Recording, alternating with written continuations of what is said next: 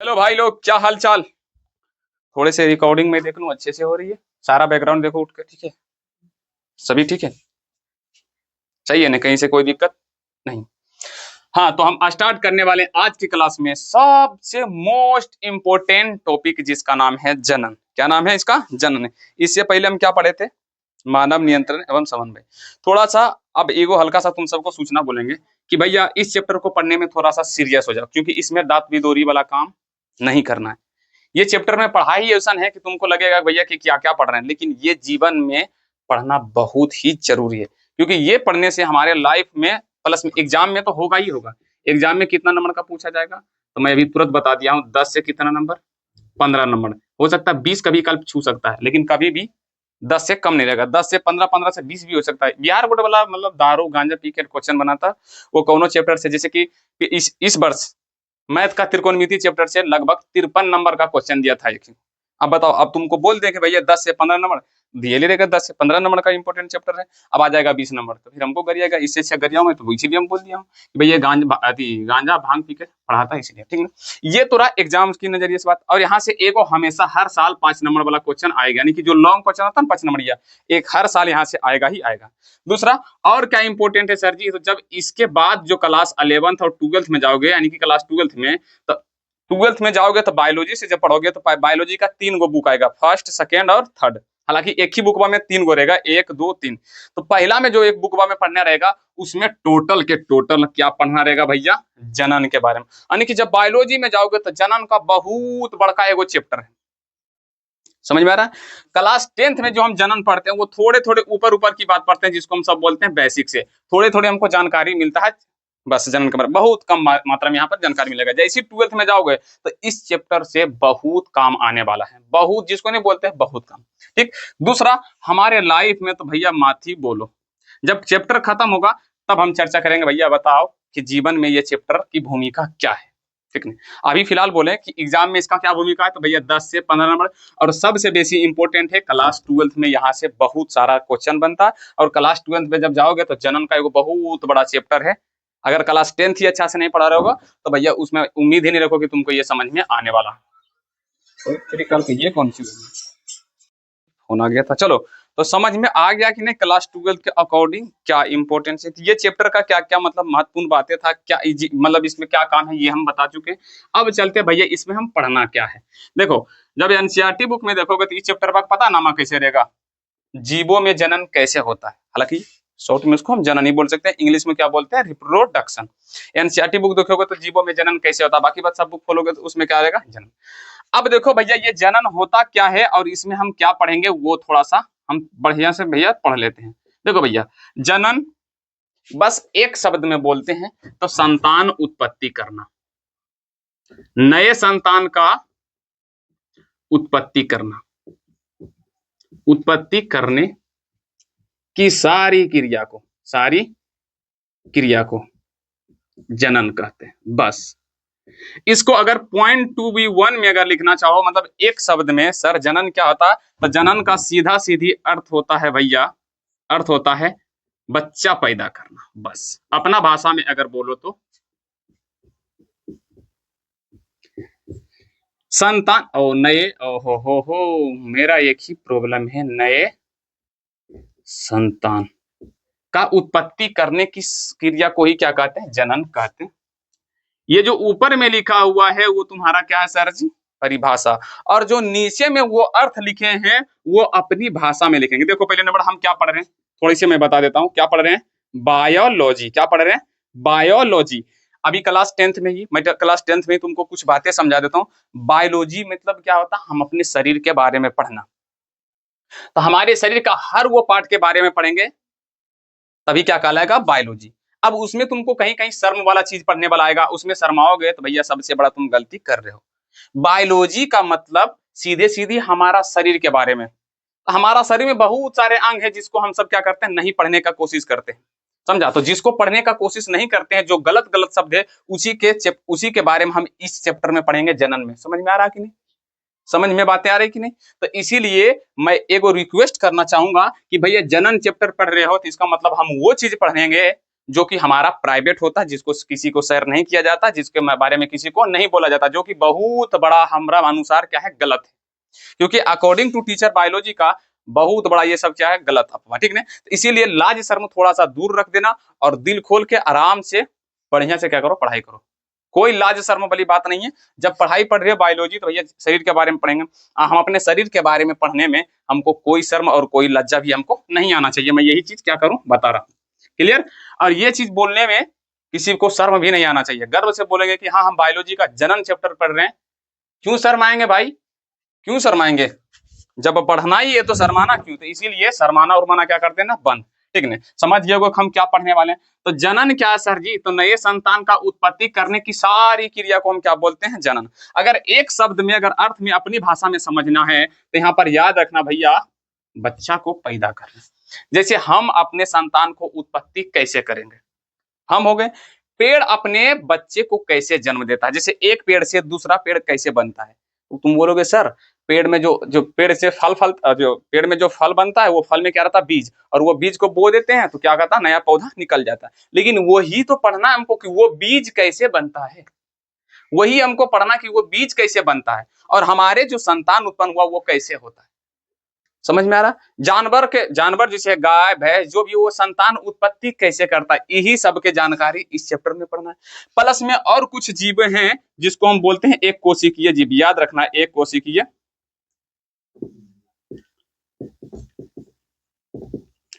एक कोशिकीय जीव। एक कोशिकीय जीव ऐसा जीव होता है जो हमको नंगे आंखों से दिखाई नहीं पड़ता है। जैसे कि बैक्टीरिया, जैसे कि मान लो कभी कल देखा होगा जानवर का मरा उरा, जिस जानवर कोई मर जाता है तो उसमें देखता है ना कीड़ा उड़ा लग जाता है, देखा कभी कल कीड़ा उड़ा लग जाता है, देखा है ना।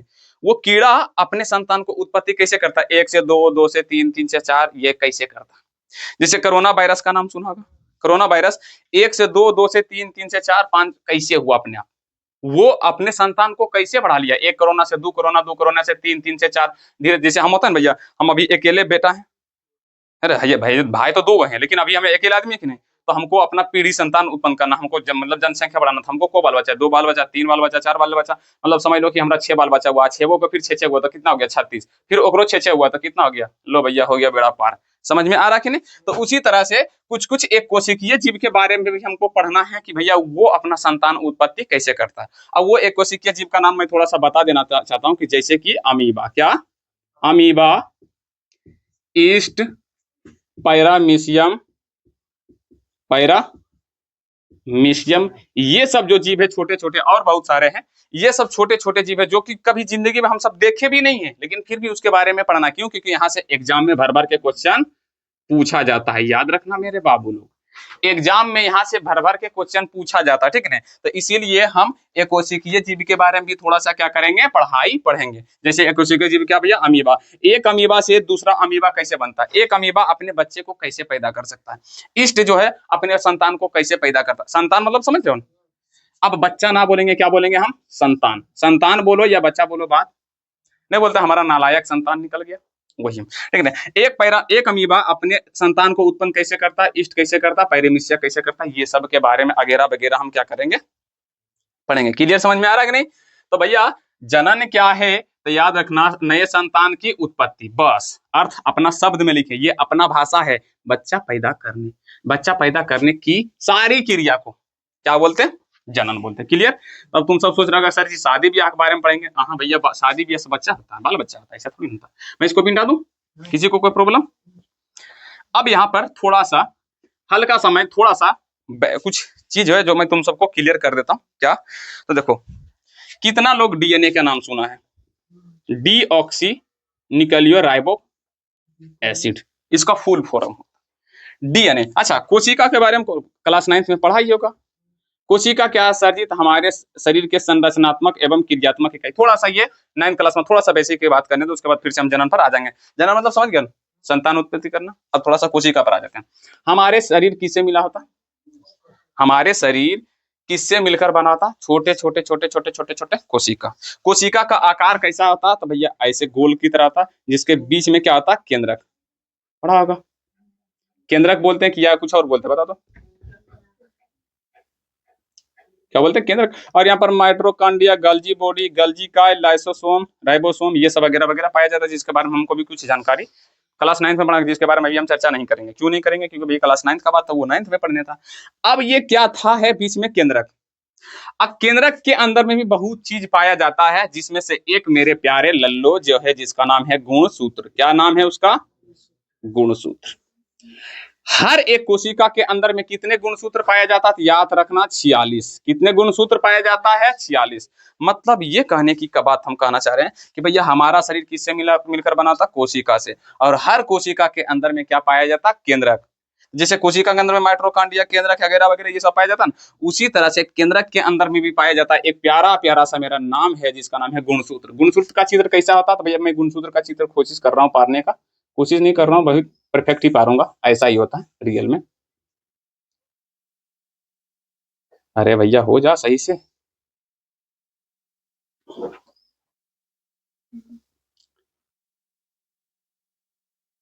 ये एक्स की तरह दिखता है, किसकी तरह दिखता है, एक्स की तरह। यही है गुणसूत्र का क्या चित्र, ये क्या है, गुण सूत्र। क्लियर। अब देखो इसमें कितने गुणसूत्र है, तो याद रखना 2 गुणसूत्र। मतलब गुणसूत्र हमेशा किसमें पाया जाता है, याद रखना जोड़े में। किसमें पाया जाता है, जोड़े में। अब बोलेगा सर ये जोड़े में, अच्छा बताओ चप्पल खरीदने जाता तो एगो खरीदता है, जूता खरीदने जाता है एगो खरीदता है। जैसे बोलता है एगो जूता दो, तो तुमको एक ही को मिलता कि 2 को मिल जाता साथ ही साथ। दुकानदार में की बोलता 2 चप्पल दीजिए, तो वो 2 को दिखाएगा, लेकिन चप्पल कितना रहेगा, 4 होता ना।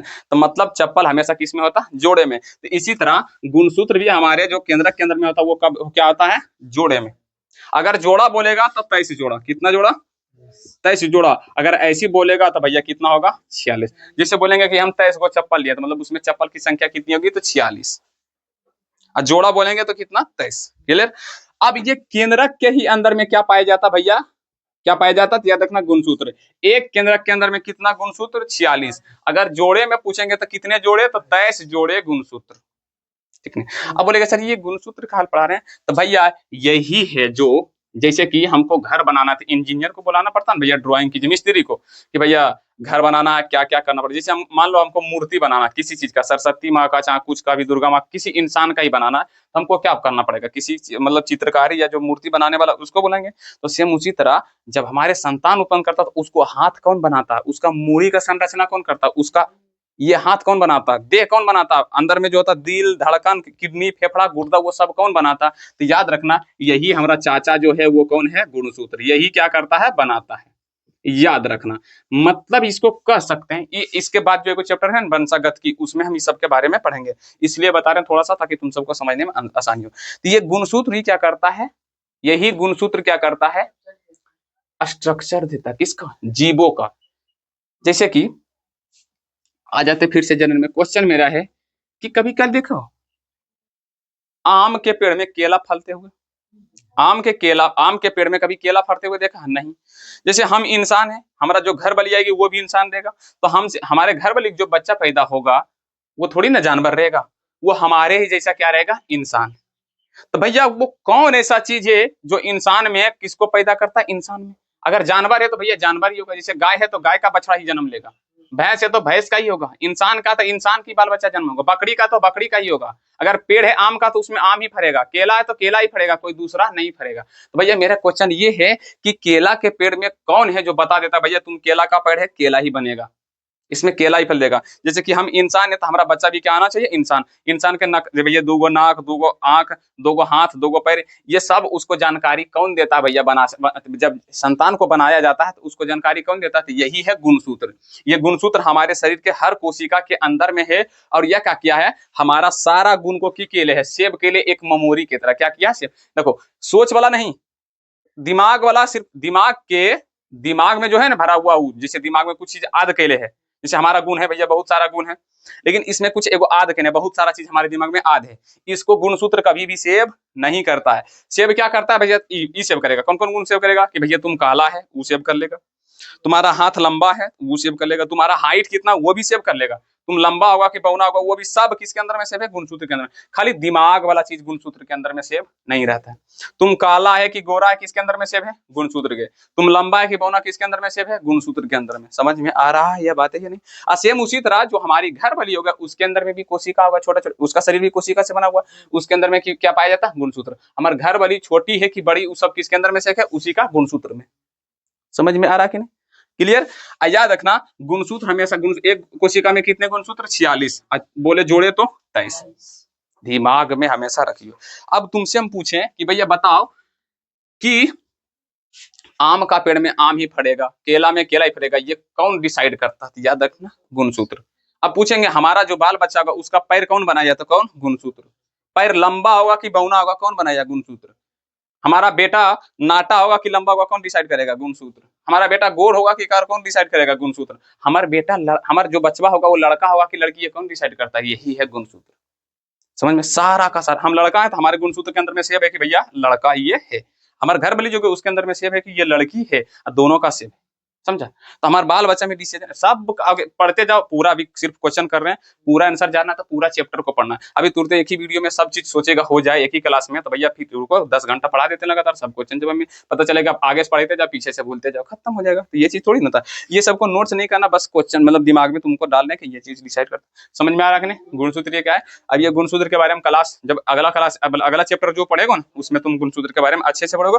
यहाँ पर थोड़ा सा जानकारी के लिए हम तुम सबको क्या किया बता दिए। अच्छा, अभी बताए थे एक कोशिकीय जीव क्या होता?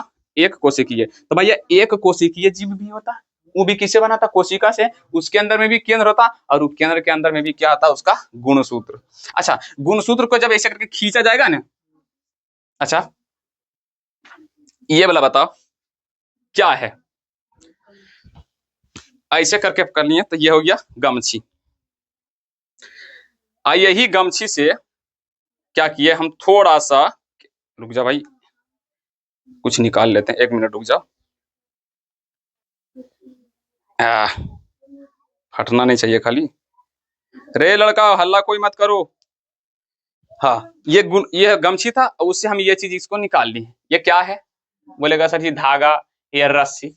यही मान लो गुणसूत्र है। आई गुणसूत्र को ऐसे करके खींचा जाता तो इसमें वो धागा नहीं ऐसे करके निकलता ऐसे ऐसे, लेकिन वो धागा ऐसे रहता ज्वाइंट होल, ऐसे ही है ना, जिसका नाम है रख दिया गया अलग से DNA, डीऑक्सीन्यूक्लियोक्स राइबो एसिड। याद रखना इसका, डीऑक्सीन्यूक्लियोक राइबोस एसिड। आगे अगला क्लास में हम पढ़ेंगे इसका फुल फॉर्म, नहीं भी याद करो कोई दिक्कत। तो यही गुणसूत्र मतलब DNA गुणसूत्र एक ही है। DNA का क्या काम है भैया? यही क्या करता है? जीवों के संरचना को बनाता। मतलब जीव कैसे लड़का होगा कि लड़की, सब किसके ऊपर डिपेंड पड़ता है? DNA गुणसूत्र। क्लियर? क्या बोला?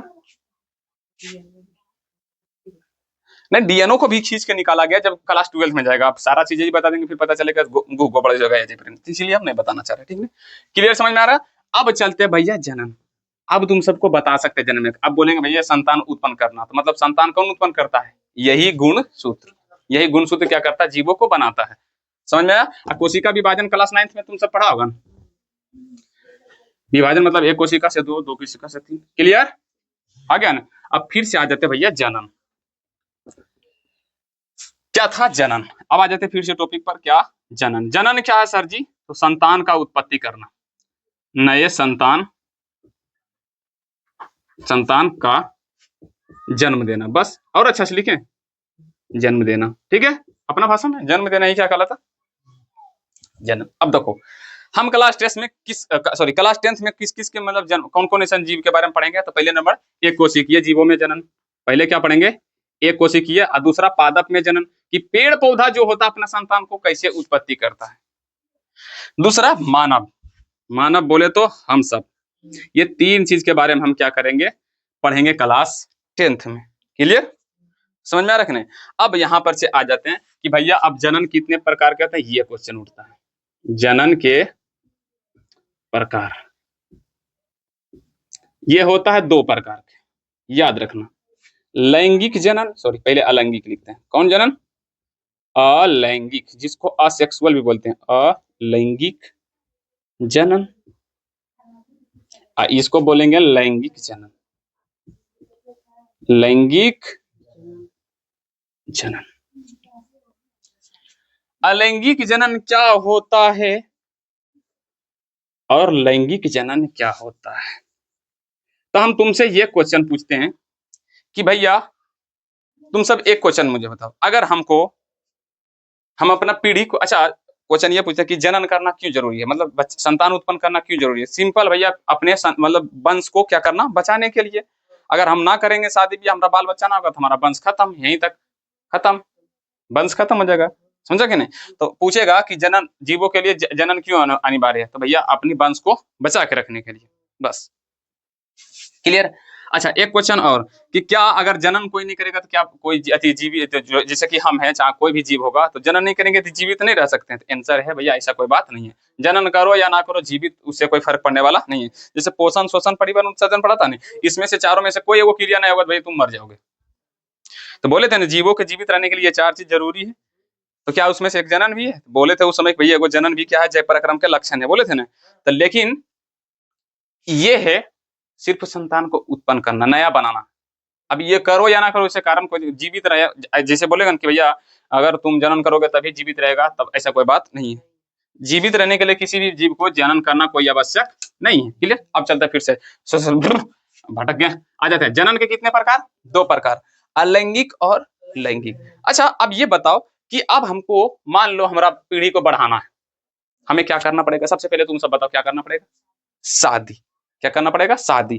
मतलब क्वेश्चन ये था कि मैं अगर नया संतान हमको उत्पन्न करना था, हमको क्या करना चाहिए, तो तुम सब बोलोगे बहुत शादी, क्योंकि ये सब तो परंपरा ही देखा गया।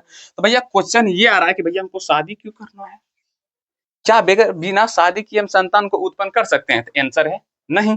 लेकिन जब क्लास जब आगे जाओगे 12th या बीए बीएससी में, तो पता चल जाएगा बगैर शादी के लिए भी संतान उत्पन्न हो सकता है। लेकिन यहाँ पर भी सिर्फ ये पढ़ेंगे कि अगर हमको नया संतान चाहिए तो हमको क्या करना चाहिए, क्या चाहिए भैया, तो याद रखना शादी।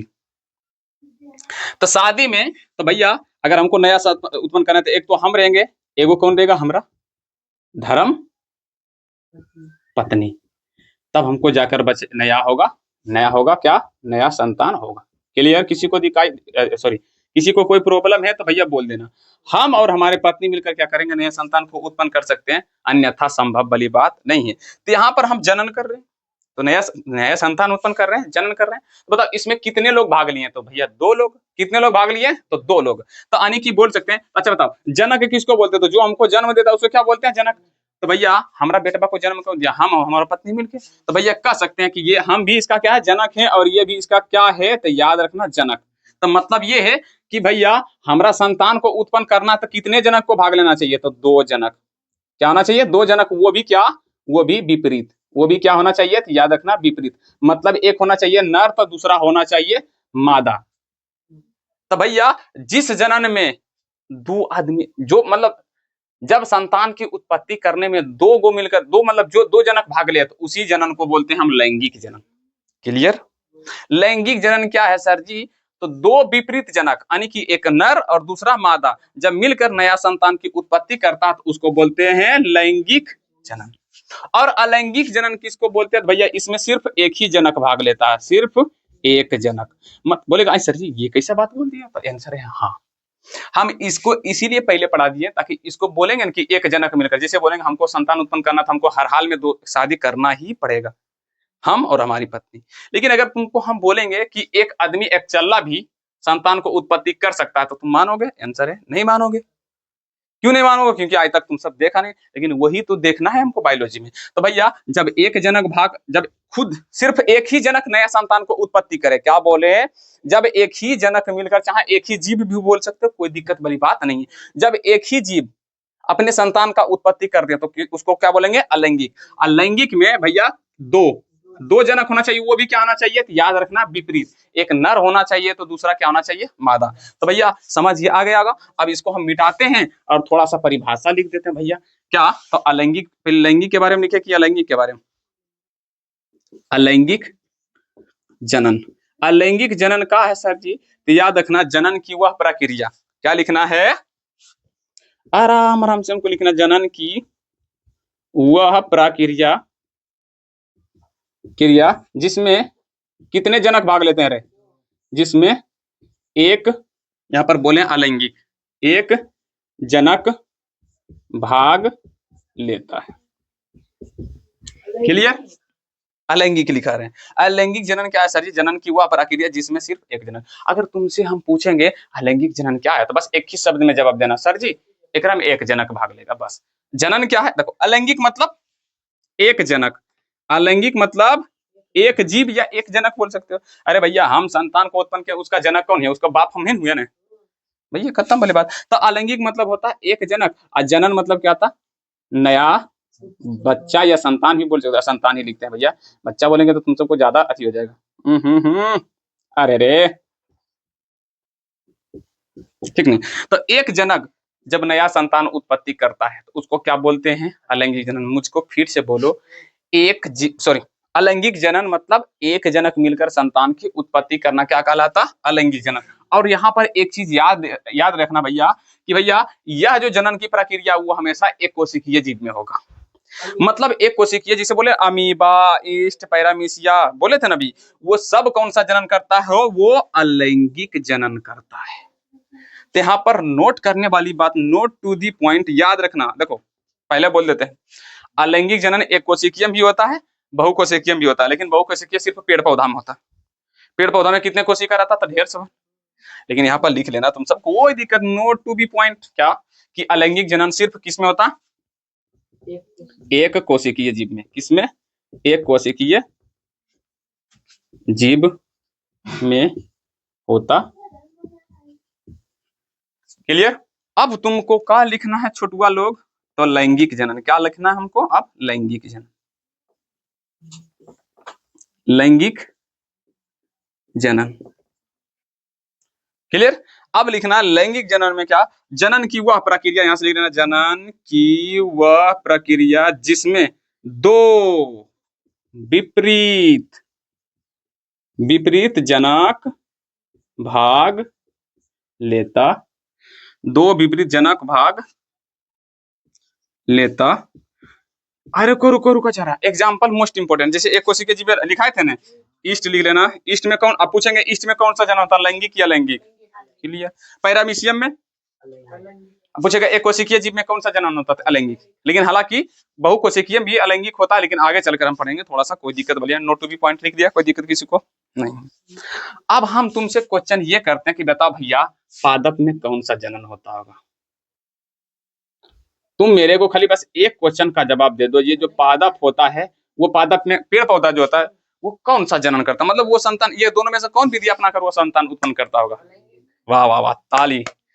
ऐसे बच्चों पर टू प्राउड फील होता है। क्या फील होता है? प्राउड, कि भैया बगैर पढ़ाए बहुत अच्छे से तुम गधो, उसमें भी कौन सा जनन होता है? लैंगिक जनन।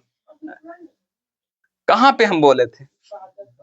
हम बोले कुछ कुछ पादप में अलैंगिक, और देखो दुनिया का हर एक पेड़ पौधा है ना, उसमें लैंगिक जनन ही होगा। लेकिन कुछ ऐसे पौधे जिसमें लैंगिक भी होता है और अलैंगिक भी होता है। क्लियर? हम इसीलिए पहले बोले भैया ये वाला लिख लो कि एक कोशिकीय जीव में कौन सा जनन होता है? अलैंगिक। बहुकोशिकीय भी होता है, लेकिन कुछ कुछ में कुछ ऐसे, जैसे आलू में कौन सा जनन होता है? अलैंगिक भी होता है, लैंगिक भी होता है। क्लियर? बांस देखा? बांस में दोनों जनन होता है, लैंगिक भी होता है, अलैंगिक। लेकिन अगर बांस को लैंगिक जनन करना है ना, तो पता है को साल के बाद होता है? 100 साल के बाद।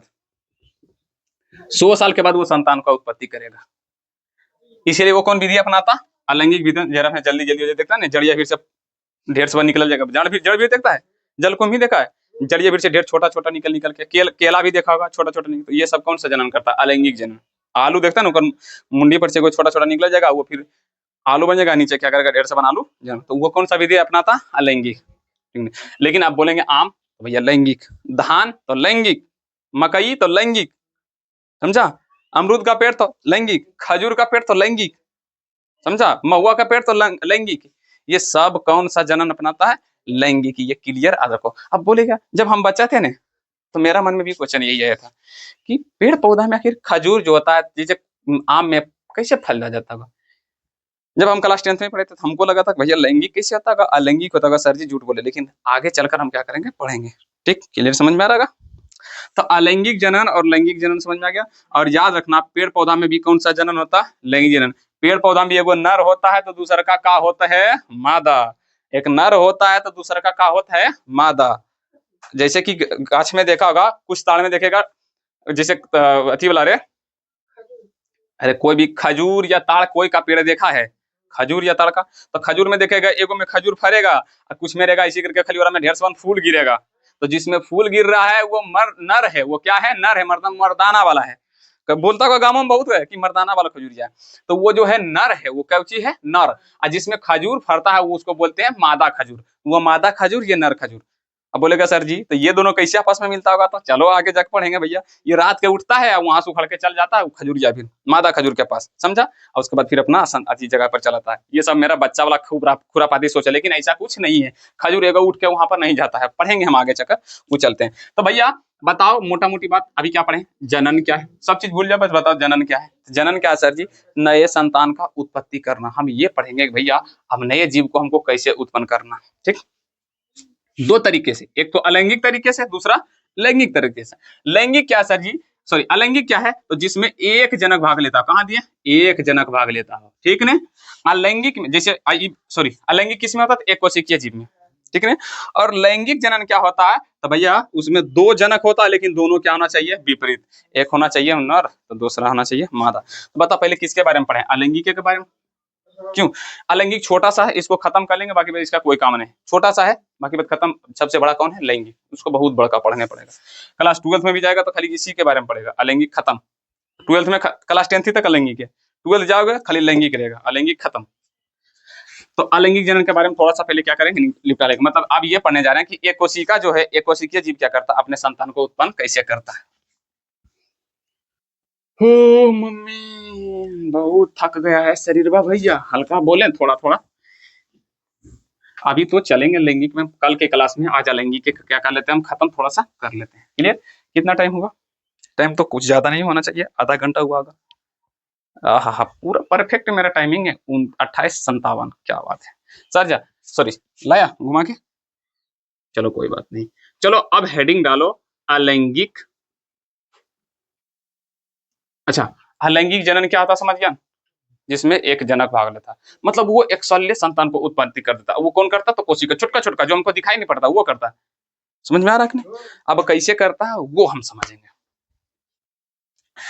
अभी पहले समझो, कॉपी कलम को धर दो, पहले समझो, अभी कुछ नहीं लिखना है तुम सबको, अलैंगिक भी नहीं लिखना है, आराम से धर दो। जैसे कि एक जीव है अमीबा, क्या है, अमीबा, ये एक कोशिका का बना था, किसका बना था, एक कोशिका का। अमीबा के बारे में तुम सबको पढ़ा, नहीं पढ़ा तो जाके चित्र देख लेना, मोबाइल पर सर्च कर लेना, कहीं भैया मोबाइल से जब पढ़ रहा होगा तो भैया सर्च भी कर सकते हैं। अमीबा का चित्र कैसा होता, मैं थोड़ा सा लिखने का प्रयास करता हूँ, ऐसा होता है। इसका बीच में क्या होता, केंद्रक, बीच में क्या होता, केंद्रक। ये करता क्या है, जैसे कि ये एक है, ये एक है, तो ये एक से दो कैसे बनेगा, अरे हम एक से दो बनना है तो शादी करेंगे, लेकिन दो से तीन बनना है तो भैया हमको संतान उत्पन्न करना है। लेकिन एक से इसको बनना है दो, तो इसको शादी उदी करने की कोई जरूरत नहीं है। ये करता क्या है, ये जो धीरे धीरे ये कोशिका जो सॉरी अमीबा जो है, अमीबा नाम ही भी लिख देते हैं भैया, क्या नाम है, अच्छा यहाँ लिखना है तो इसको एक।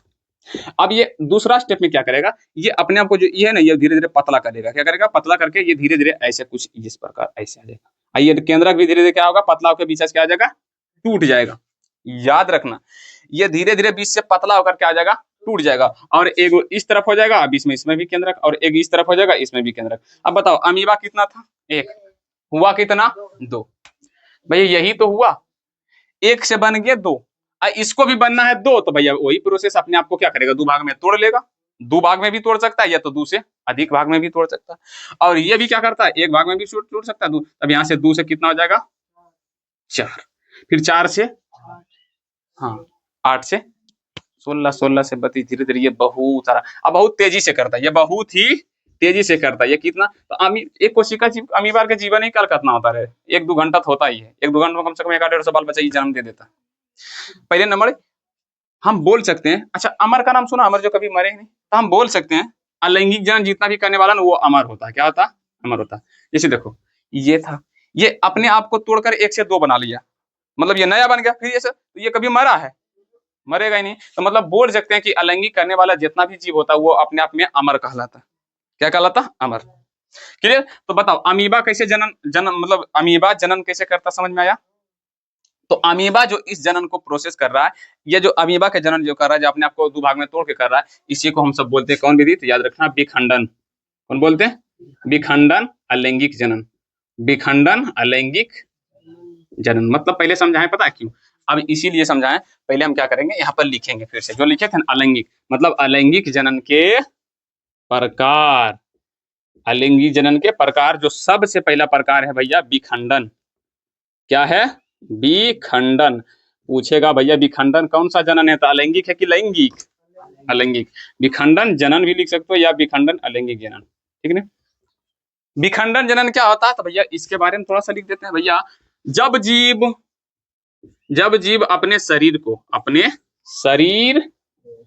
को दो या दो से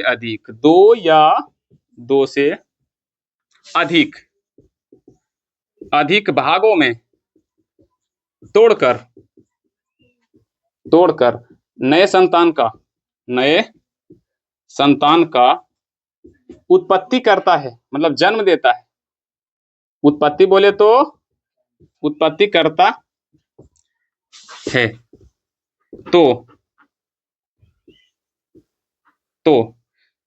तो जनन की इस क्रिया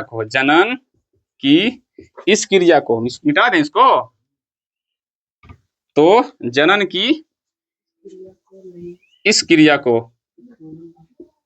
विखंडन जनन कहते हैं। क्या करते हैं? विखंडन जनन कहते हैं भैया। लोग जैसे में एग्जाम्पल में भैया लिख लेना अमीबा, क्या लिख लेना? अमीबा, पैरामीशियम, प्रोटोजोआ, जीवाणु। यहां से जो तुम एग्जाम्पल वाला ये एक्स लिखे हैं, जिस मतलब एग्जाम्पल जैसे की, तो ये वाला तुम हल्के में मत लियो भैया।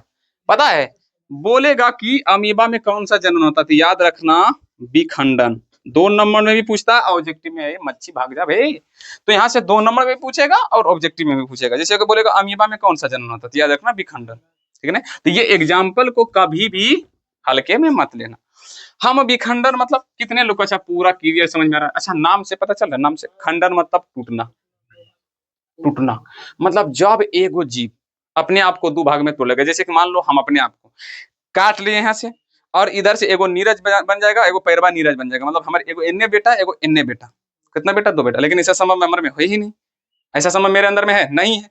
लेकिन कुछ ऐसे कोशिका आता, जो एक कोशिका से बना रहता, वो अपने आप को क्या करता है, तोड़ देता, और 1 से कितना बन जाता? 2, फिर 2 से 4, 4 से 5, बहुत सारे बनता रहता। तो भैया देख रहा है यहाँ पर जन्म हो रहा है, इसी को हम सब क्या बोलते हैं? विखंडन जनन। अच्छा किसी को कोई डाउट अगर होगा मन में, पहले वो पूछो कि सर हाँ हमको यहाँ पर डाउट है कि जनन में क्या पढ़ना की वगैरह वगैरह। कोई डाउट किसी को नहीं ना? तो चलो भैया, ठीक है। अब देखो विखंडन भी 2 प्रकार का था, एक होता द्विखंडन,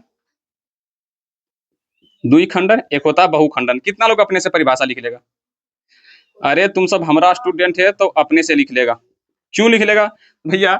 जब जीव अपना शरीर को अपने शरीर को 2 भाग में तोड़कर 2 नए संतान का उत्पन्न करके, तो द्विखंडन। और जब बहुत कर दे तो भैया बहुखंडन। नाम से ही पता चल रहा है द्विखंडन। गलर गुलर करेगा तुम सब बाबू, समझ लो, चुपचाप रहो नहीं तो मार खाएगा। चलो यहाँ पर द्विखंडन मतलब जब जीव अपने शरीर को 2 भागे में तोड़कर 2 संतान का उत्पत्ति करे, तो भैया इस घटना को हम क्या बोलेंगे? द्विखंडन जनन। चाहे जनन की इस प्रक्रिया को बोलेंगे द्विखंडन। तो जितना बड़ा चाहो तो तुम लिख सकते हो। इसका परिभाषा शॉर्ट में किसे लिख सकते हो? तो जब जीव अपने शरीर को 2 या 2 से अधिक भाग में तोड़कर संतान की उत्पत्ति करे, बस इसका मेन पॉइंट याद करना, 2 या 2 से अधिक भाग में तोड़कर नए संतान की उत्पत्ति, बस। लेकिन इतना बड़ा काय लिखे? क्योंकि बिहार बोर्ड वाला ने हमको लिखना है थ्योरी, परिभाषा। क्या लिखना? परिभाषा। जो कि अच्छा से लिखेगा तो अच्छा नंबर देगा। जब जीव, लो भैया, जब जीव अपने शरीर को 2 या 2 से अधिक भागों में, मेरा छोटा, तुम सब ऐसा ही सब में फंसता भी है तो अपना कर लेना, ठीक है ना। कि जब 2 या 2 से अधिक भागों में तोड़कर नए संतान का उत्पत्ति करता है, तो जनन की इस क्रिया को विखंडन जनन कहते हैं। लाओ दे दो मेरे को गोली। कौन गोली लाता है रे? 3 दांत गोली खेलेगा, जाओ बैठो छोड़ो।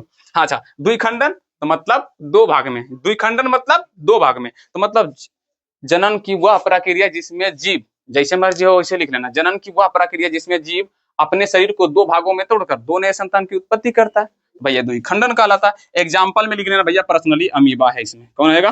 अमीबा, ठीक है। हाँ देखो, अमीबा द्विखंडन भी है, बहुखंडन भी है। यह देख लो, यहाँ पर ज्यादा कंफ्यूजन, इससे सिर्फ परिभाषा पूछेगा। क्या पूछेगा? सिर्फ परिभाषा। अगर पूछेगा भैया अमीबा में बताओ द्विखंडन होता है बहुखंडन, तो दोनों होता है।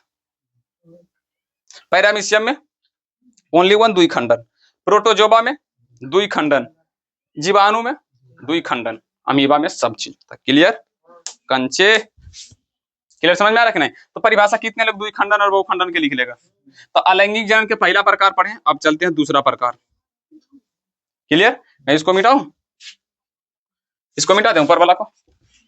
बहुत तेज गर्मी है भैया, बारिश कम से कम हो जाए, गर्मी इतना है तो बारिश भी होना चाहिए ना।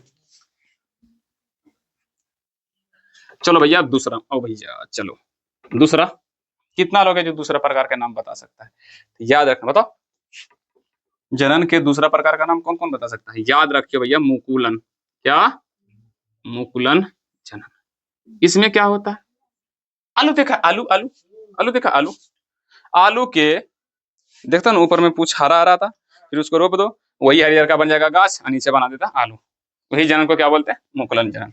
तो मतलब लिखना है जब जीव, पहले रुको आराम से समझो। देखो इसमें होता क्या है, मान लो ये कोई जीव है जिसे मान लो इष्ट नाम है। किसका नाम है? इष्ट। इष्ट में कौन सा जनन होता है? इष्ट में कौन सा जनन? मुकुलन जनन किस उदाहरण का बताओ तो तुम सब कौन बता सकता है?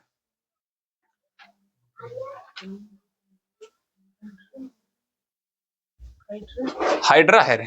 ओहो सॉरी, इष्ट नहीं बोलना चाहिए था हमको। इष्ट में कौन सा होता था, भूल गए तो। बहुत फेमस है इष्ट, बहुत ज्यादा पूछेगा। क्या है? हाइड्रा। क्या है? हाइड्रा एक छोटा सा जीव का नाम है जो एक कोशिका का था। उसका चित्र कैसे होता है? जैसे पोंदा नियर होता है। क्या होता है? जैसे पोंदा नियर। ठीक। अब ये पोंदा के जैसे हाइड्रा जो है, हाइड्रा के शरीर पर से ऐसे छोटा सा एक वैसे करके डांट ही निकलता है। जैसे कि मतलब नहीं देखता कि अमरूद के पेड़ से छोटा सा ऐसे कर कनेल काटते, देखा अमरूद के? अमरूद के कनेल चाप, अच्छा एग्जाम्पल के लिए समझाने के, आलू देखा है? आलू के ऊपर में जैसे हरियर हरियर रहता है। अब जो हरियर रहेगा उसको रोप देगा, वो धीरे धीरे बड़ा होकर क्या करता है? ढेर आलू का क्या करता है? निर्माण करता है। उसी तरह एक कोशिका जीव है जिसका नाम है, क्या नाम है? हाइड्रा। क्या नाम है? तो याद रखिए भैया, हाइड्रा। क्या नाम है? हाइड्रा। पूछेगा हाइड्रा में कौन सा जनन होता है? मुकुलन। तो हाइड्रा के शरीर पर से एक थोड़ा सा ऐसे क्या निकलता है, जिसको कुछ ऐसे निकलता है जिसका नाम है मुकुल। क्या नाम रख देते हैं? मुकुल। क्या नाम रखेंगे? मुकुल। मतलब हाइड्रा के पीठ पर से एक मुकुल निकला, और ये टूट के फिर क्या आ जाता? अलग होकर ऐसे क्या जाता? गिर जाता। और फिर ये धीरे धीरे धीरे धीरे धीरे क्या आ जाता? हाइड्रा का रूप ले लेता। मतलब एक नया जीव का क्या कर लेता? रूप ले लेता है। और लेगा किसका? तो हाइड्रा का था। हाइड्रा के शरीर से टूटा था, हाइड्रा के लेगा। ऐसा ना भैया, टूटा हाइड्रा ले लेगा अमीबा, ऐसा थोड़ी ना होगा। तो भैया हाइड्रा में कौन सा जनन होता? मुकुलन। क्योंकि इसके शरीर पर से एक मुकुल निकलता है और वो शरीर से अलग होकर नए जीव का रूप ले लेता है। भैया वही लिखना, जब जीव के शरीर पर से, जब जीव के शरीर पर एक मुकुल का निर्माण हो, और वह मुकुल शरीर से, जीव के शरीर से अलग होकर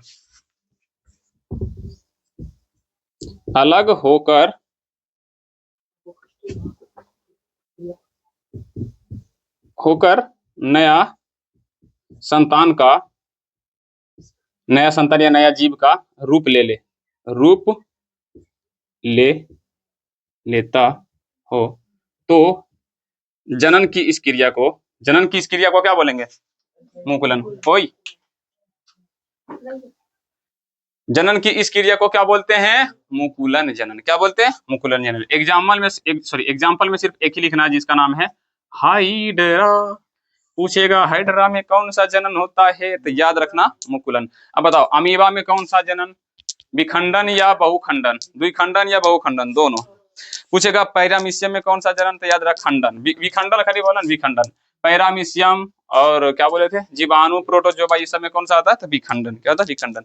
मुकुलन किस में होता है? तो याद रखना हाइड्रा में। किस में होता है? हाइड्रा में। अच्छा इसको हो गया। तीसरा जो पढ़ने वाले हैं वो होता है बीजाणु जनन। क्या होता है? बीजाणु जनन।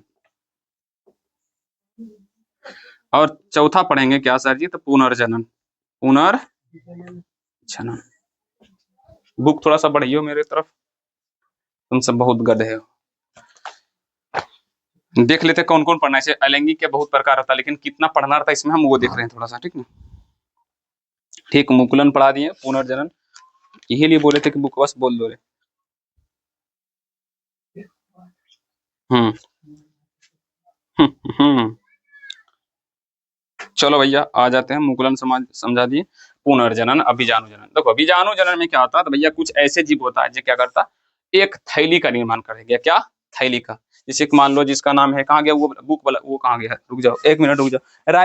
राय जोसफ, क्या नाम है? राय राय जोपस, क्या नाम है? राय जोपस।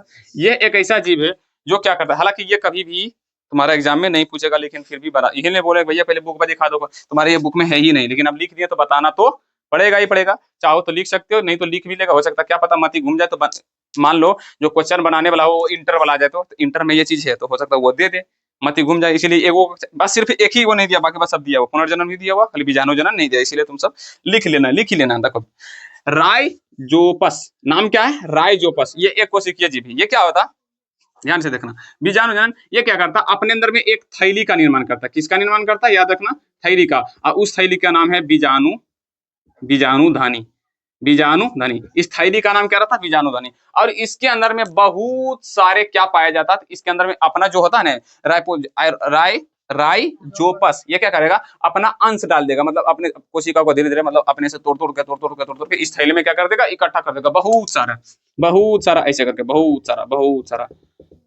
सारा ऐसे करके ऐसे, जिसको बोल के बीजाणु। सिर्फ क्या बोलेंगे, इसका नाम क्या है? बीजाणु। क्या है? बीजाणु। मतलब बोल सकते हो कि राय जोसफ जो है एक अपना बीज तैयार करता है, एगो थैली के अंदर में एगो क्या करता है, बीज तैयारी करता है। क्या करता है? तैयारी, बीज।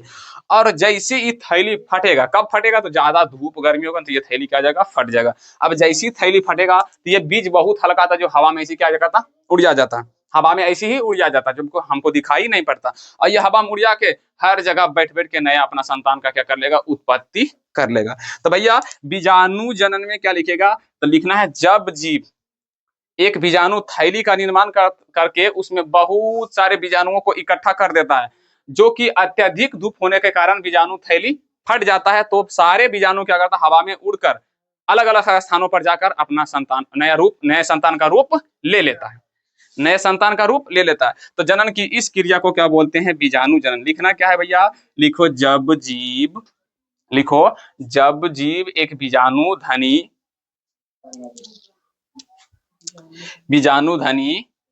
का निर्माण करके उसमें बहुत सारे बीजाणुओं का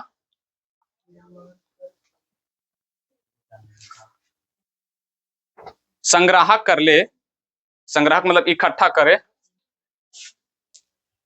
नहीं लिख पाएगा कि लिख दें क्या, तो लिख देते हैं, जब जीव बीजाणु धनी का निर्माण कर उसमें बहुत सारे बीजाणुओं को इकट्ठा कर लेता है, तो बीजाणुधनी मतलब बीजाणुधनी किसको बोलते हैं, तो बीजाणु थैलिया को बीजाणुधनी, यानी कि वो थैली क्या करता, बीजाणुधनी फट जाता। क्या करता? फट जाता। नहीं लिखना है धूप के कारण, तो बीजाणुधनी फट जाता है, जिससे बहुत सारे बीजाणु हवा में, जिसके कारण सभी बीजाणु अलग अलग स्थानों पर जाकर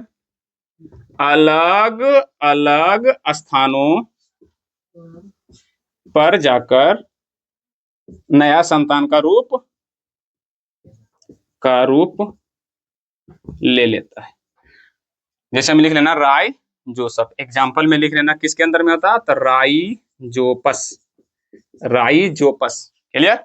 हाँ, ये इंपोर्टेंट है। पुनर्जनन क्या है? इंपोर्टेंट है। पुनर्जनन क्या है? इंपोर्टेंट है। क्लियर? हटाएं तो भैया हटा देते हैं। अब पढ़ते हैं क्या, चौथा जो था वो किसको बोलते हैं, उसको पुनर्जनन। पुनर्जनन क्या है, तो देखो भैया, मान लो कोई जीव, एक मिनट रुक जाओ, हो बन क्या पढ़ा रहे हैं, पुनर्जन्म नहीं पढ़ा रहे रे। चलो भैया देख ही रहो, 1 मिनट रुक जाओ भैया, 1 मिनट रुक जाइए सर। कहाँ चल गया पुनर्जन्म? तो इसमें भी नहीं है। हाँ है, sorry sorry sorry sorry sorry, है, देख ली। पुनर्जन्म का एक नाम और है अपघटन, अपखंडन, सॉरी अपखंडन, इसका 2 नाम है। ठीक, मान लो कोई जीव ये है, ऐसे करके मान लो कोई जीव है जो एक कोशिका का बना था, भले हालांकि बहुत छोटा था, हमारे आंखों से दिखाई नहीं पड़ता, लेकिन हम मान के चलते हैं, जिसका नाम रख देते हैं अस्पायरोगायरा। अस्पायरोगायरा, तो मतलब अस्पायरोगायरा जीव में कौन सा जन्म होता? तो याद रखना, पुनर्जन्म। समझ में आया? तो ये अस्पायरोगायरा एक जीव है, अगर गलती से किसी कारणवश मान लो अस्पायरोगायरा बीच से क्या हुआ, कट गया, जो टुकड़ा मान लो 3 टुकड़ा 4 टुकड़ा ये कट गया, तुमको लग रहा है ये मर जाएगा? आंसर है नहीं होगा। अगर गलती से ये अस्पायरोगायरा 2 टुकड़ा में कट गया तो ये टुकड़ा अलग हो जाएगा, ये टुकड़ा क्या जाएगा, अलग हो जाएगा, और एक से को अस्पायरोगायरा बन जाएगा 2 अस्पायरोगायरा। लेकिन हाँ, ये अपने से कभी भी नहीं कटेगा, कुछ कारणवश कटेगा, या तो कोई इसको कीड़ा मकोड़ा या कोई हम सब लात पात धर के इसको चूर चार दें, जैसे इसको मार के मथल देंगे तो भैया 5 टुकड़ा में कट जाएगा। लो भैया, लो भैया, ये तो मतलब अब ये देखो छोटा है सब, लेकिन धीरे धीरे अपने आप को विभाजन करके अस्पायरोगायरा मतलब 5 से 6 अस्पायरोगायरा क्या हो जाएगा, बन जाएगा। तो भैया क्या लिखना है पुनर्जन्म में, हमको क्या लिखना है? तो भैया जब जीव किसी कारणवश, कहा गया, लिख ही देता हूं क्योंकि तुम सब इतने आलसी बच्चे हो कि मुझे समझ नहीं आता। जब जीव किसी कारणवश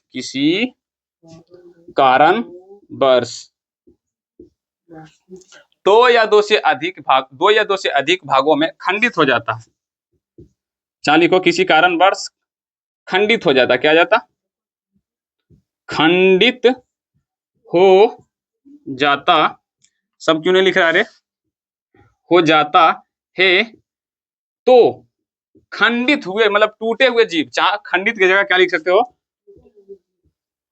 टूट जाता है, ऐसे भी लिख सकते हो। तो खंडित हुए जीव, खंडित हुए भाग नए जीव का रूप ले लेता है, नए जीव का रूप ले लेता हो, तो जनन की इस क्रिया को क्या बोलते हैं, पुनर्जनन बोलते हैं। क्या बोलते हैं छोटुआ लोग, पुनर्जनन। जरा मेरे को बताइयो तो, किसी को अगर कोई प्रॉब्लम, जैसे हम लिख लेते हैं अस्पायरोगायरा, रुको नहीं कवर डालने, किसी को अगर कोई प्रॉब्लम हुई तो बताइयो, जरा सा बताइयो भैया, किसी को कोई दिक्कत। ये कौन प्रकार था, चौथा प्रकार, क्लियर। तो भैया अब हो गया जनन के प्रकार खत्म। कितना सुकून तुम सबको मिला। पहला बोलो भैया विखंडन, क्या, विखंडन। दूसरा मुकुलन, विखंडन 2, द्विखंडन, बहुखंडन, मुकुलन और बीजाणु जनन। चौथा पुनर्जनन। अब एक ऐसा टॉपिक पढ़ाने वाले हैं जो कि तुम्हारा एग्जाम में 5 नंबर का पूछा, उसको पढ़ाना ही पड़ेगा। क्यों? कि क्यों भैया, वही अलैंगिक जनन का 5वां प्रकार है जिसको बोलेंगे कायिका जनन। देख लियो थोड़ा सा, तुम्हारा बुक में का नाम है, कायिके जनन ना है, कायिका प्रवर्धन भी बोल सकते हो या कायिका जनन भी बोल सकते हो। कायिका प्रवर्धन भी बोल सकते हो या कायिका जनन भी बोल सकते हो। ये कौन सा जनन है सर? तो ये भी अलैंगिक जनन का ही प्रकार है, लेकिन ये किस में होता है तो याद रखना, पेड़ पौधों में। यानी कि जब पेड़ पौधों में कौन जनन हो, अलैंगिक जनन। जब पेड़ पौधों में अलैंगिक जनन होता है, फिर से बोलो भैया। अच्छा एक काम करो, रुको पहले रिवीजन। विखंडन मतलब 2 या 2 से अधिक भाग में टूटकर नया संतान का रूप ले ले, तो भैया वो कौन सी हो गया, विखंडन। मुकुलन, शरीर पर से एगो मुकुल निकलेगा जो टूटकर अलग होगा, नया रूप ले लेगा। बीजाणु जनन, थैली है जो फूटेगा तो उसमें बहुत सारा बीज निकलेगा जो नया रूप ले लेगा। पुनर्जनन भैया अगर कट गया 2-3-4 भाग में तो भैया कटल का भागा क्या करेगा, नया नया रूप ले लेगा। एग्जाम्पल में स्पाइरोगैरा, बीजाणु जनन में राइजोसफ, सॉरी राइजोपस, क्या है राइजोसफ। मुकुलन किसमें होता है, तो याद रखिए भैया किसमें, मारेंगे रे पटवा ने, हाइड्रा इसमें था। शायद मेरे को अगर पता हो तो ईस्ट में भी शायद यही होता है, ईस्ट में भी क्या होता है, मुकुलन ही होता है। मोस्ट फेमस, जाके क्वेश्चन एगो सर्च कर लेना, ईस्ट में कौन सा जनन होता है, ऑब्जेक्टिव में बहुत बार पूछा गया, ठीक है। अब बात है सर जी कायिका जनन, तो भैया कायिका जनन भी अलैंगिक जनन का ही क्या है, प्रकार है। लेकिन ये सब जनन किस में हो रहा था, तो छोटे छोटे जीव में। लेकिन ये एक कोशिकीय में हो रहा था, लेकिन ये किस में हो रहा है, बहुकोशिकीय। कौन में हो रहा है, बहुकोशिकीय। आने की ऐसे भी लिख सकता कि जब बहुकोशिकीय जीव में अलैंगिक जनन की क्रिया हो, फिर से जब बहुकोशिकीय जीव में अलैंगिक जनन की क्रिया हो तो उसका एक अलग से नाम दिया गया जिसको बोलेंगे कायिका। जिसमें होता क्या, जैसे कि आलू में कौन सा जनन होता, तो याद रखना कायिका जनन। उसमें उसका शरीर पर से एक ऐसे करके निकलता प्रवर्धक छोटा सा, नहीं देखा तुम सब आलू, अरे आलू आलू आलू, इसके ऊपर ऐसे निकलता जिसको हम सब बोलते हैं प्रवर्धक। अच्छा क्या बोलेंगे, परावर्तक। और ये क्या था, जब जलम ये होता है ना, इसमें बहुत सारा आ जाता है, 1 होगा 2 होगा 3 4 5 हो जाता है, ऐसे बहुत सारा। अब जैसी हो गया, अब इसको क्या करो तुम धरती में गड़ दो। अब जैसी भी धरती में गड़ोगे तो यहाँ से एक आलू का पेड़, यहाँ से एक आलू का पेड़, यहाँ से आलू का, यहाँ से निकलेगा यहाँ सब पेड़, और इसके नीचे में धीरे धीरे बढ़ेगा तो क्या बन जाता है, आलू। और कौन कौन करता है, तो याद रखना केला, केला केला से भी देखता है जड़ से फुट फुट के निकलता, सॉरी निकलता है। और कौन कौन करता है, तो याद रखना बांस, बांस भी देखेगा उसका जड़ से छोटा छोटा, जिसको हम सब बोलते क्या बोलते हैं उसको रे, बांस का पकौनी, छोटा छोटा बच्चा रहता, बांस के जड़ से फूट फूट के क्या करेगा, निकलेगा। मतलब उसका जड़िए क्या करता, विभाजन करके क्या करता, निकलेगा। अब सब में हो सकता, आम में भी होता है, केला में भी होता, सॉरी आम में भी होता है, अमरूद में। आम में कैसे होगा, मान लो ये आम का पेड़ है, यहाँ से एक टहनी निकला रहता है, और टहनी के हल्का सा चतवा छीलता है तुम सब, छील के मट्टी लपेट देता है, अब मट्टी लपेट के वहां पर रस्सी बांध देता, सूती का कपड़ा, और कुछ दिन तक पानी देगा, तो यहाँ से की निकल जाएगा एगो जड़। देखा है तुम सब किया वैसा। अब करवे नहीं किया था, हम क्या करें भैया, लेकिन हम तो किए ही सर। माइक फिर आज ऊपर, जब भी माइक ऊपर लगाते बोलो सर नीचे लगाइए, इससे आवाज फटना। अब यहाँ से ये क्या आता, बहुत सारा जड़ निकलता, अब यहाँ से काट दो, अब जड़ निकल गया, फिर इसको रोप दो भैया। इसमें अपना दादाजी से जाकर पूछना कि कलम कभी काट लो दादाजी, आम गछम कलम कभी काटे हैं अमरूद में, तो भैया ये है अमरूद का पेड़, यहाँ पर से एगो ठानी निकल जाता है ना, उसको क्या करता है, चतवा को इसे छील देता, क्या करता है, इसे छील देता, और यहाँ पर मिट्टी लगा दिया जाता, कच्चा मिट्टी, और उसमें सूती कपड़ा बांध दो, अब 7 दिन तक पानी दो, तो यहाँ से निकल जाता बहुत सारा जड़। अभी जड़ निकल गया तो फिर इसको आराम आराम से यहाँ से काटो, पूरा गाछ को नहीं काट देना, टहनिया को काट लेना, इसको रहने दो, ये गाछ को काट को फिर जाकर लगा दो। एक अमरूद था, एक से कितना बन गया, 2। यहाँ पर कौन क्रिया हुआ, तो याद रखना अलैंगिक। अब देखो थोड़ा सा तुम सबको क्या हुआ, थोड़ा सा यहाँ पर तुम सबको पता कंफ्यूजन भी होगा कि सर जी ऐसे ऐसे बोले, अभी पेड़वा में लैंगिक होता है तुरंत अलैंगिक, तो मेरा बबुआ लोग थोड़ा सा बात मान ले, जब लैंगिक पढ़ेंगे तो इसका कंफ्यूजन दूर होगा, कि अब ये दूर कर दे।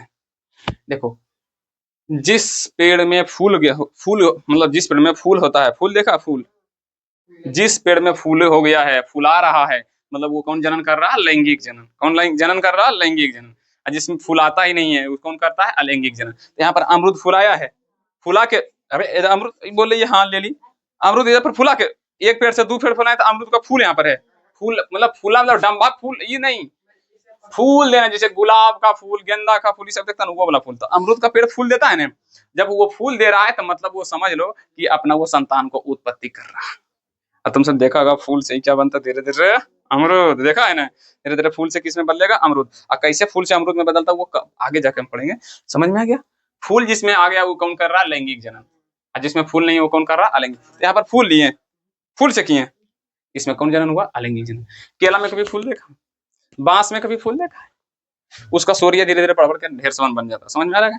तो कायिका जनन अगर पूछेगा तो यहाँ पर सीधे सीधे भैया लिख लो, मस्त जो है क्वेश्चन लिख लेना। ये 5 नंबर में पूछेगा तो उसका 5 नंबर में खाली हम कर देंगे आराम से। खाली बस तुमको कायिका जनन में क्या लिखना है कि अलैंगिक, सॉरी, यह पेड़ पौधों में होने वाली अलैंगिक जनन की क्रिया है, या पेड़ पौधों में या पादप में या पेड़ पौधों में होने वाली होने वाला अलैंगिक जनन की क्रिया है।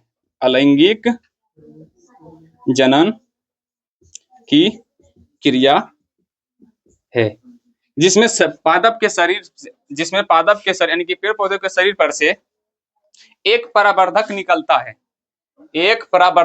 जिसे बोले था मुकुलन के मुकुल निकलता है, इसीलिए पेड़ पौधा के ऊपर से क्या निकलता? परावर्धक निकलता है। जैसे हल्दी देखा, हल्दी को खाली रोपता फिर बन जाता नया। प्याज देखा, प्याज वो सब में कौन सा जनन होता? कायिका जनन, मतलब अलैंगिक जनन ही। तो अलैंगिक जनन, अगर पेड़ पौधा में अलैंगिक जनन हो रहा तो उसी का स्पेशल नाम दे दिया गया कायिका जनन। क्लियर?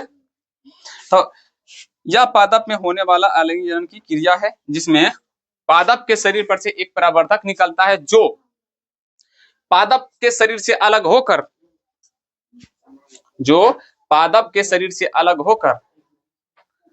नए पादप का रूप ले लेता है, चाहे नए पेड़ पौधा का रूप ले लेता है।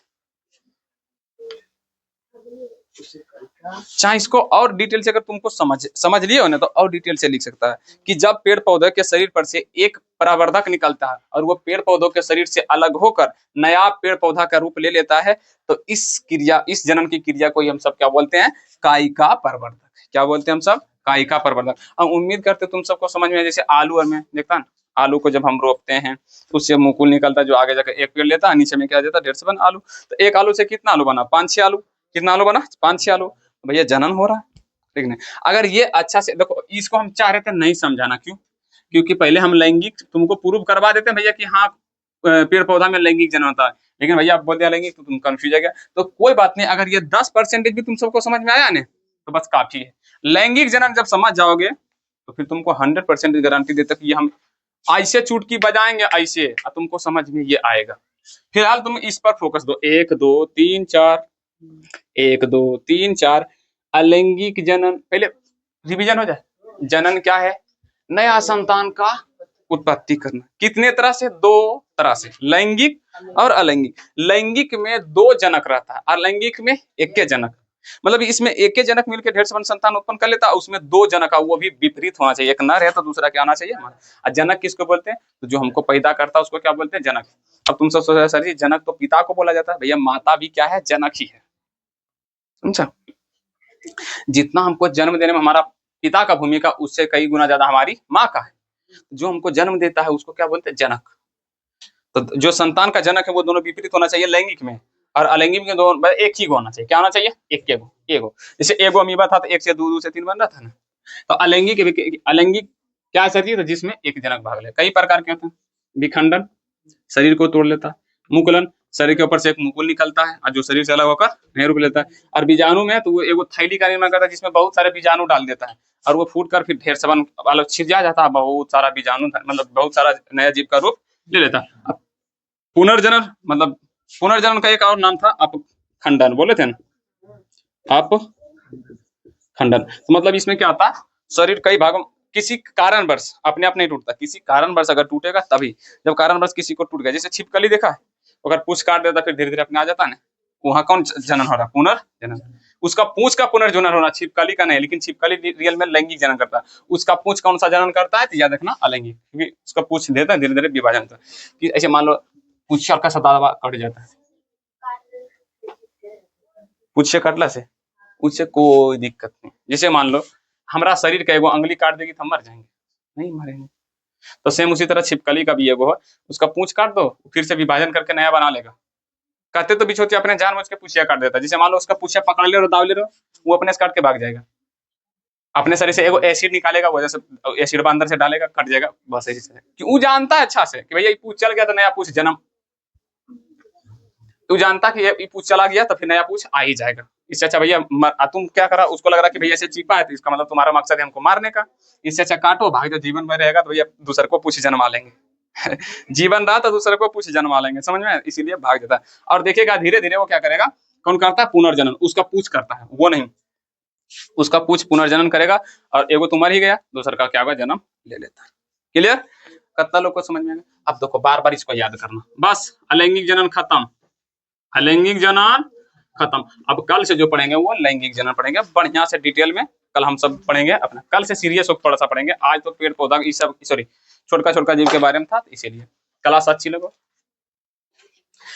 शेयर करो, नहीं तो गोली से मारेंगे, टिप देंगे, ठीक ना। तो बढ़िया से क्लास पढ़ो, बढ़िया से पढ़ाई करो पूरी सीजन से। और याद रखो, कभी भी क्लास के 5 मिनट 6 मिनट में कभी भी तुमको समझ में नहीं आएगा। अगर पूरी तरह से क्लास को समझना तो पूरा देखना चाहिए। 24 घंटा में हम 1 घंटा मांग रहे हैं, 1 घंटा में अगर तुमको समझ नहीं आ रहा तो फिर भाई ध्यान से मत करो।